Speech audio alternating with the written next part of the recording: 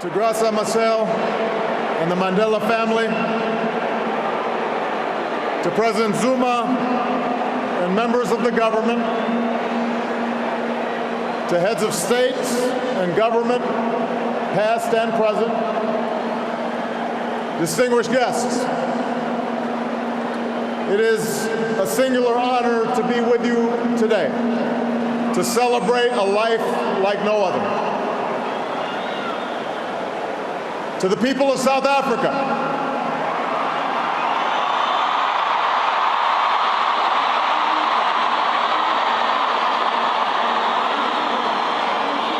people of every race and every walk of life, the world thanks you for sharing Nelson Mandela with us. His struggle was your struggle. His triumph was your triumph. Your dignity and your hope found expression in his life, and your freedom, your democracy, is his cherished legacy. It is hard to eulogize any man, to capture in words not just the facts and the dates that make a life, but the essential truth of a person, their private joys and sorrows, the quiet moments and unique qualities that illuminate someone's soul. How much harder to do so for a giant of history who moved a nation toward justice and in the process moved billions around the world. Born during World War I, far from the corridors of power, a boy raised herding cattle and tutored by the elders of his Thembu tribe, Madiba would emerge as the last great liberator of the 20th century. Like Gandhi, he would lead a resistance movement, a movement that at its start had little prospect for success. Like Dr. King, he would give potent voice to the claims of the oppressed and the moral necessity of racial justice. He would endure a brutal imprisonment that began in the time of Kennedy and Khrushchev and reached the final days of the Cold War. Emerging from prison without the force of arms, he would, like Abraham Lincoln, hold his country together when it threatened to break apart. And like America's founding fathers, he would erect a constitutional order to preserve freedom for future generations, a commitment to democracy and rule of law, ratified not only by his election, but by his willingness to step down from power after only one term.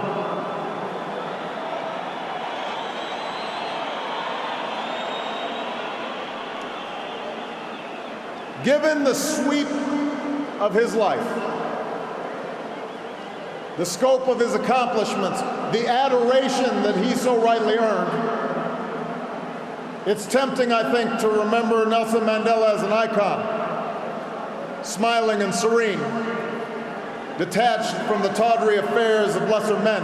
But Madiba himself strongly resisted such a lifeless portrait.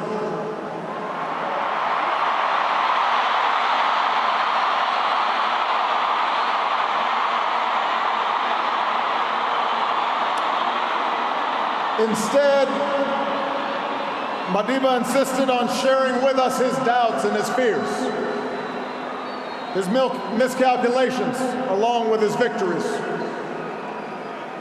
I am not a saint, he said, unless you think of a saint as a sinner who keeps on trying. And it was precisely because he could admit to imperfection, because he could be so full of good humor, even mischief, despite the heavy burdens that he carried, that we loved him so. He was not a bust made of marble. He was a man of flesh and blood, a son and a husband, a father, and a friend. And that's why we learn so much from him, and that's why we can learn from him still. For nothing he achieved was inevitable. In the arc of his life, we see a man who earned his place in history through struggle and shrewdness and persistence and faith. He tells us what is possible, not just in the pages of history books, but in our own lives as well. Mandela showed us the power of action, of taking risks on behalf of our ideals. Perhaps Mandela was right that he inherited a proud rebelliousness, a stubborn sense of fairness from his father. And we know he shared with millions of black and colored South Africans the anger born of 1,000 slights, 1,000 indignities, 1,000 unremembered moments, a desire to fight the system that imprisoned my people, he said. But like other early giants of the ANC, the Sisulus and the Tambos,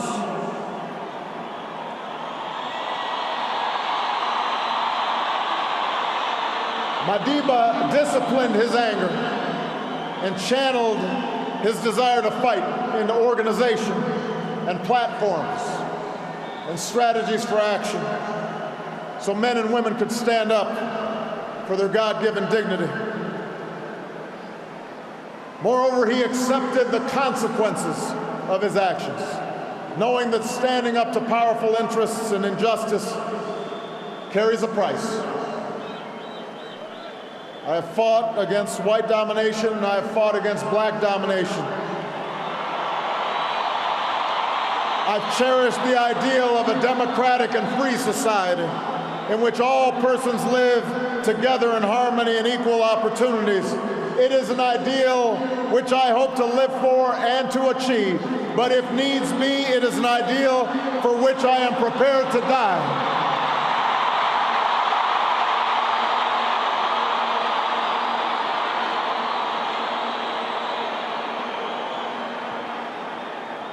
Mandela taught us the power of action, but he also taught us the power of ideas,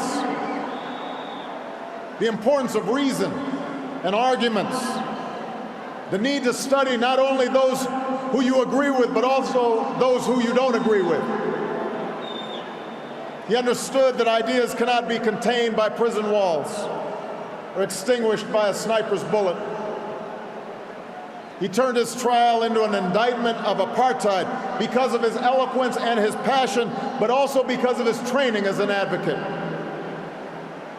He used decades of prison to sharpen his arguments, but also to spread his thirst for knowledge to others in the movement. And he learned the language and the customs of his oppressors so that one day he might better convey to them how their own freedom depends upon his.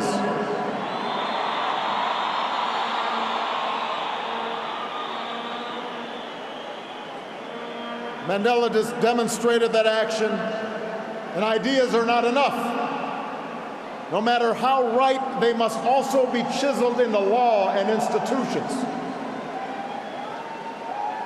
He was practical, testing his beliefs against the hard surface of circumstance and history.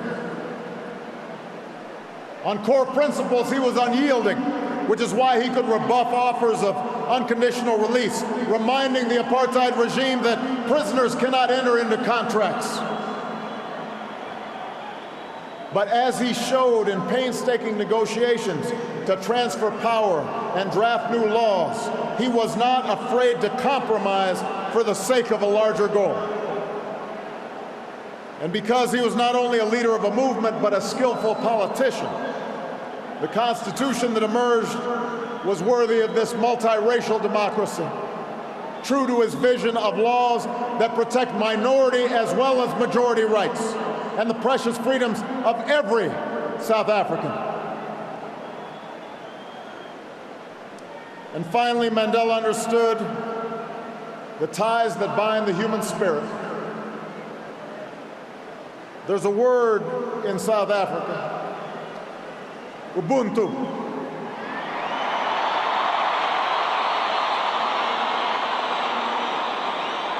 A word that captures Mandela's greatest gift. His recognition that we are all bound together in ways that are invisible to the eye. That there's a oneness to humanity. That we achieve ourselves by sharing ourselves with others and caring for those around us.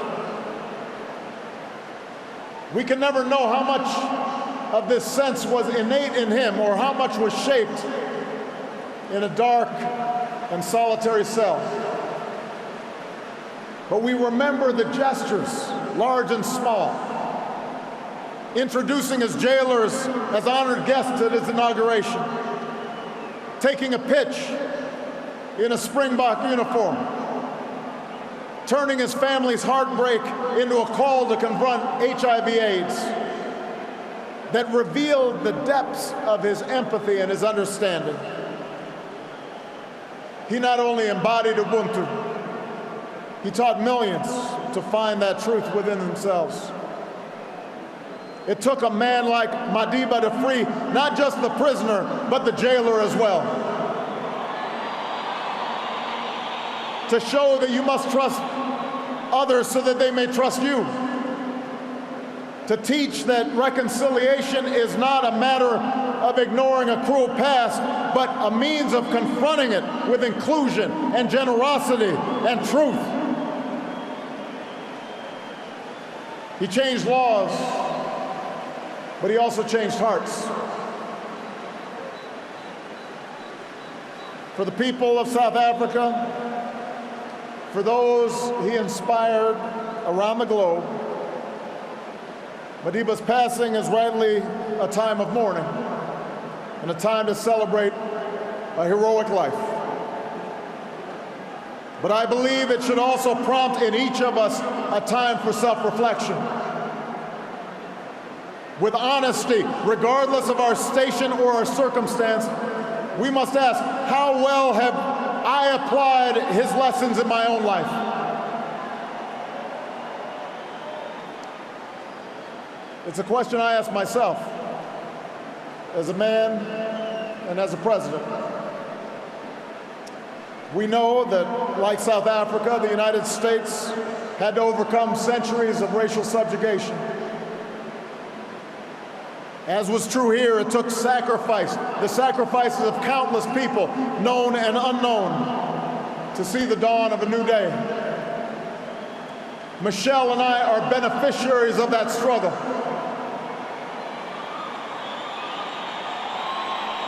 But in America and in South Africa and in countries all around the globe, we cannot allow our progress to cloud the fact that our work is not yet done. The struggles that follow the victory of formal equality or universal franchise may not be as filled with drama and moral clarity as those that came before, but they are no less important. For around the world today, we still see children suffering from hunger and disease. We still see rundown schools. We still see young people without prospects for the future. Around the world today, men and women are still imprisoned for their political beliefs and are still persecuted for what they look like and how they worship and who they love. That is happening today.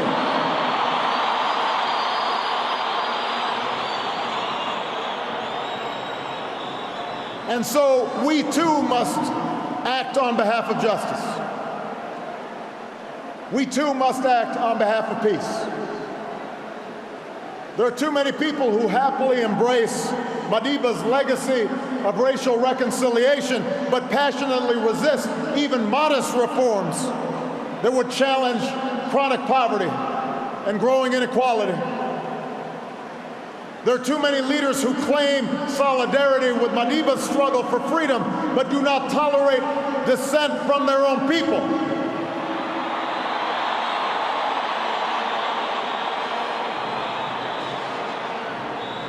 And there are too many of us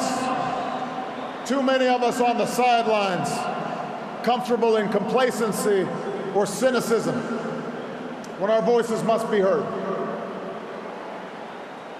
The questions we face today, how to promote equality and justice, how to uphold freedom and human rights, how to end conflict and sectarian war, these things do not have easy answers. But there were no easy answers in front of that child born in World War I. Nelson Mandela reminds us that it always seems impossible until it is done. South Africa shows that is true. South Africa shows we can change, that we can choose a world defined not by our differences, but by our common hopes. We can choose a world defined not by conflict, but by peace and justice and opportunity.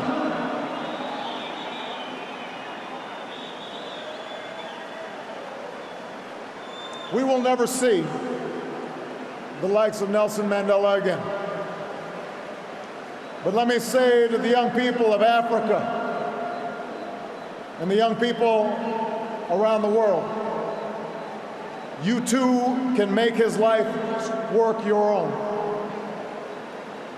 Over 30 years ago, while still a student, I learned of Nelson Mandela and the struggles taking place in this beautiful land, and it stirred something in me. It woke me up to my responsibilities, to others and to myself, and it set me on an improbable journey that finds me here today. And while I will always fall short of Madiba's example, he makes me want to be a better man. He speaks to what's best inside us. After this great liberator is laid to rest, and when we've returned to our cities and villages and rejoined our daily routines, let us search for his strength. Let us search for his largeness of spirit somewhere inside of ourselves. And when the night grows dark, when injustice weighs heavy on our hearts, when our best laid plans seem beyond our reach, let us think of Madiba and the words that brought him comfort within the four walls of his cell. It matters not how straight the gate, how charged the punishment, the scroll. I am the master of my fate. I am the captain of my soul. What a magnificent soul it was. We will miss him deeply.